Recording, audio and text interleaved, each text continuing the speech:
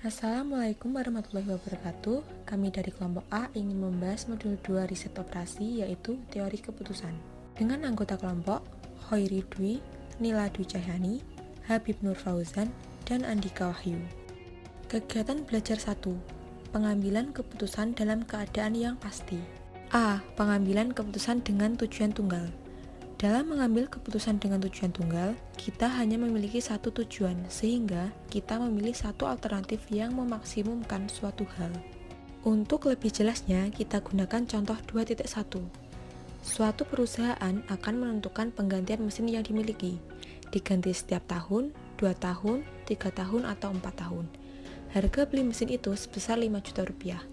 Data-data lain mengenai mesin itu ada di tabel 2.1. Dalam tabel 2.2 terlihat bahwa perhitungan penurunan harga mesin dihitung dari harga mesin awal dikurangi harga jual per tahun. Sedangkan biaya pemeliharaan dihitung secara kumulatif. Kemudian kedua beban tersebut dijumlahkan, yang selanjutnya dicari rata-ratanya. Berdasarkan nilai biaya rata-rata setiap tahunnya, penggantian setiap 3 tahun sekali akan bisa meminimumkan jumlah penurunan harga mesin dan biaya pemeliharaan. Maka keputusannya, kita memilih penggantian mesin setiap 3 tahun sekali. Suatu perusahaan akan meningkatkan volume penjualan dengan berbagai tindakan, biaya, dan kenaikan volume penjualan seperti pada tabel 2.3. Untuk memilih cara terbaik yang digunakan, kita harus mencari persentase atau perbandingan hasil dari biayanya. Perhitungan persentasenya dihitung dengan cara kenaikan volume penjualan dibagi dengan biaya yang dikeluarkan, lalu dikalikan dengan 100%. Ternyata, berdasarkan tabel 2.3, yang mendatangkan persentase kenaikan volume penjualan tertinggi adalah alternatif kedua, yaitu pemberian potongan harga sebesar 1.750% dari biaya yang dikeluarkan. B. Pengambilan keputusan dengan tujuan ganda. Dikatakan sebagai tujuan ganda jika kita gunakan bobot macam tujuan yang harus kita capai. Untuk itu, kita gunakan bobot yang memberikan tekanan lebih penting atau setidaknya sesuatu tujuan. Kalau dinyatakan dengan rumus, seperti pada gambar. Untuk P1 adalah persentase kenaikan hasil yang dituju setelah dibobot. Untuk alternatif 1, A sama dengan hasil yang diperoleh dari strategi I, sedangkan BJ adalah bobot yang diberikan untuk strategi J. Untuk lebih jelasnya, kita gunakan contoh 2.3. Suatu perusahaan akan mengurangi biaya pengangguran mesin dan mengurangi kerusakan barang dengan jalan memberikan tambahan upah buruh setiap bulan. Ada beberapa alternatif kenaikan upah yang akan dilakukan. Masing-masing memberikan pengaruh yang berbeda-beda terhadap biaya pengangguran mesin dan kerusakan barang, seperti yang terlihat pada tabel 2.4. Dalam kolom terakhir, dilanjutkan dengan menghitung hasil bersih yang diperoleh dari penambahan upah buruh, yaitu sebesar pengurangan biaya pengangguran mesin ditambah pengurangan kerugian karena kerusakan barang dan dikurangi dengan tambahan biaya untuk menaikkan upah. Berdasarkan penghematan neto pada tabel, kita pilih penghematan yang terbanyak, yaitu tambahan upah sebanyak Rp700.000 setiap bulan. Cara lain adalah menghitung hasil secara relatif dari biaya yang telah dikeluarkan, kemudian dibobot untuk dihitung manfaat totalnya. Untuk lebih jelasnya, dapat dilihat pada contoh 2.4. Suatu perusahaan akan memasang iklan untuk menaikkan volume penjualan, laba usaha, dan harga sahamnya di pasar modal. Periklanan ini akan dimuat pada salah satu dari surat kabar, yaitu surat kabar A, B, C, dan D. Bobot untuk setiap kenaikan yaitu kenaikan penjualan 2, laba 4, dan harga saham 1. Untuk biaya-biayanya dapat dilihat pada tabel 2.5. Persentase kenaikan dapat dihitung dari masing-masing biaya dibagi dengan biaya iklan dikali 100%. Tabel 2.6 menjelaskan tentang persentase kenaikan penjualan, laba, dan harga saham dari biaya iklan. Bobot untuk setiap kenaikan yaitu kenaikan penjualan 2, laba 4, dan harga saham 1. Perhitungan hasil yang dibobot seperti pada surat kabar A, yaitu 2 kali 1000 ditambah 4 kali 400 ditambah 1 kali 100, sehingga jumlah bobotnya 3.700, dan seterusnya untuk surat kabar lainnya. Ternyata, Di antara keempat surat kabar itu, yang mendatangkan nilai jumlah persentase dengan dibobot adalah surat kabar C. Kegiatan belajar 2. Pengambilan keputusan dalam keadaan yang mengandung risiko. A. Pengambilan keputusan dalam keadaan yang mengandung risiko. Yang dimaksud dengan keadaan yang mengandung risiko adalah keadaan yang disertai dengan informasi tertentu dan bisa diketahui probabilitas terjadinya. Terdapat dua cara memilih keputusan yang akan diambil jika terdapat informasi yang belum tentu tetapi sudah diketahui probabilitasnya. Antara lain, yang pertama, pengambilan keputusan berdasarkan nilai harapan. Dalam pendekatan nilai harapan, kita mengambil keputusan dengan memilih alternatif yang mendatangkan nilai harapan tertinggi. Besar nilai harapan untuk tiap-tiap alternatif bisa dihitung dengan rumus seperti pada gambar. Untuk lebih jelasnya, kita gunakan contoh 2.1. Seorang pengusaha sirkus bulan ini akan mengadakan pertunjukan di salah satu dari kota-kota, yaitu Medan, Surabaya, dan Ambon. Kalau keadaan cuaca bulan ini baik dan dapat mengadakan pertunjukan, laba yang diperoleh di Medan sebesar 50 juta rupiah, di Surabaya 40 juta rupiah, dan di Ambon 60 juta rupiah. Akan tetapi, kalau keadaan cuaca buruk, laba yang akan diperoleh di Medan 10 juta rupiah, di Surabaya 30 juta rupiah, dan di Ambon 5 juta rupiah. Probabilitas keadaan cuaca baik yaitu sebesar 0,60 dan probabilitas jelek sebesar 0,40.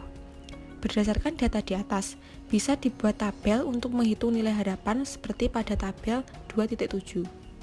Berdasarkan nilai harapan dalam tabel 2.7, ternyata yang terbaik adalah penyelenggaraan di Ambon karena nilai harapannya tertinggi. Maka, keputusan yang kita ambil sebaiknya di Ambon. Contoh 2.2. Suatu perusahaan berencana menambah karyawan untuk menekan kerugian kerusakan barang. Selama ini, kerugian yang disebabkan kerusakan barang sangat tinggi. Ada beberapa alternatif penambahan karyawan. Bisa ditambah 1, 2, 3, 4, atau 5 karyawan. Penambahan setiap karyawan akan menaikkan biaya tenaga kerja sebesar 90.000 setiap bulan. Karyawan tambahan belum tentu bisa bekerjasama dengan karyawan yang ada sekarang. Dalam tabel 2.8 ditunjukkan probabilitas bisa atau tidaknya bekerjasama dan besarnya penghematan kerugian yang dilakukan. Berdasarkan tabel 2.8, kita cari nilai harapan yang tertinggi. Pada penambahan satu buruh, perhitungannya adalah 0,9 kali 150.000 ditambah 0,1 kali 100.000 dikurangi 90.000. Jadi, nilai harapan untuk penambahan satu buruh adalah Rp55.000 dan seterusnya untuk jumlah penambahan buruh lainnya. Ternyata, yang menghasilkan nilai harapan paling besar adalah penambahan 3 orang buruh, sehingga keputusan kita sebaiknya menambah 3 orang buruh. Cara yang kedua adalah menggunakan pohon keputusan. Jika alternatif kita mempunyai lebih banyak alternatif lagi, kita bisa menggunakan gambar pohon keputusan sebagai bantuan. Untuk mempermudah, kita bisa menggunakan contoh kasus berikut. Suatu perusahaan menghadapi masalah untuk membeli mesin dengan kapasitas besar atau kecil. Hal ini didasarkan pertimbangan bahwa pada waktu yang akan datang, kemungkinan besar akan terjadi kenaikan permintaan barang. Probabilitas terjadinya kenaikan permintaan barang 0,75 dan probabilitas tidak terjadinya kenaikan permintaan barang 0,25. Untuk lebih jelasnya, kita perinci kemungkinan yang bisa terjadi sebagai berikut. 1. Membeli mesin besar. Kalau membeli mesin besar dan permintaan meningkat, bagaimanapun perusahaan akan menerima laba 1 juta rupiah. Akan tetapi, kalau permintaan tidak meningkat, dalam keadaan bagaimanapun laba yang diperoleh hanya Rp200.000. 2. Membeli mesin kecil. Apabila perusahaan membeli mesin kecil dan permintaan meningkat, itu akan mempunyai pengaruh yang berbeda dibanding dengan permintaan tidak meningkat. 3. Permintaan meningkat. Apabila perusahaan membeli mesin kecil dan permintaan meningkat, pada tahun pertama akan menerima laba Rp100.000. Pada tahun kedua, kemungkinan permintaan akan memberikan kredit pembelian mesin tambahan dengan probabilitas 0,80. Kalau permintaan bertambah dan berarti perusahaan akan memanfaatkan kredit mesin ini, laba pada tahun kedua dan seterusnya sebesar Rp800.000. Akan tetapi, kalau pemerintah tidak jadi memberikan kredit mesin untuk perluasan usaha, perusahaan harus membeli sendiri sehingga laba yang diperoleh untuk tahun kedua dan seterusnya hanya Rp700.000. Meskipun permintaan naik, kalau perusahaan tidak menambah mesin lagi, dengan sendirinya laba yang diperoleh untuk tahun kedua dan seterusnya hanya Rp400.000. Yang keempat, permintaan tidak meningkat. Kalau permintaan tidak meningkat dan membeli mesin kecil, perusahaan hanya menerima laba Rp300.000. Apabila digambar, itu akan seperti pohon keputusan seperti pada gambar. Agar masalah dapat dipecahkan, kita hitung nilai harapan untuk pembelian mesin besar. Perhitungannya adalah probabilitas kenaikan permintaan dikalikan dengan laba kalau ada kenaikan permintaan, ditambah probabilitas kalau tidak terjadi kenaikan permintaan, dikalikan dengan laba kalau tidak ada kenaikan permintaan. Kemudian, kita hitung nilai harapan kalau membeli mesin kecil. Akan tetapi, sebelum menghitung nilai harapan mesin kecil ini, kita hitung dulu nilai harapan adanya pembelian mesin tambahan pada tahun kedua dan nilai harapan kalau tidak membeli mesin tambahan pada periode kedua. Dari kedua nilai harapan, kita pilih nilai yang lebih besar, sehingga pada periode tersebut kita gunakan untuk membeli mesin tambahan. Setelah nilai harapan membeli mesin besar atau kecil diketahui, kita bisa memilih di antara keduanya yang memiliki nilai harapan yang paling besar. Kegiatan belajar 3. Pengambilan keputusan dalam keadaan yang tidak pasti. Dalam pengambilan keputusan yang akan kita bahas adalah kejadiannya tidak pasti, bisa terjadi, dan bisa juga tidak terjadi. Ini juga disebut sebagai model uncertain. Berikut model-model uncertain. A. Metode Maximax. Pada metode ini, kita dapat memilih alternatif yang hasilnya tertinggi. Dari barisan tersebut, pilihlah nilai yang tertinggi dari setiap alternatif. B. Strategi Maxim Investor. Strategi Maxim Investor atau pengambilan keputusan bersifat konservatif atau berhati-hati, yaitu memilih alternatif yang hasilnya paling besar di antara hasil minimum setiap alternatif.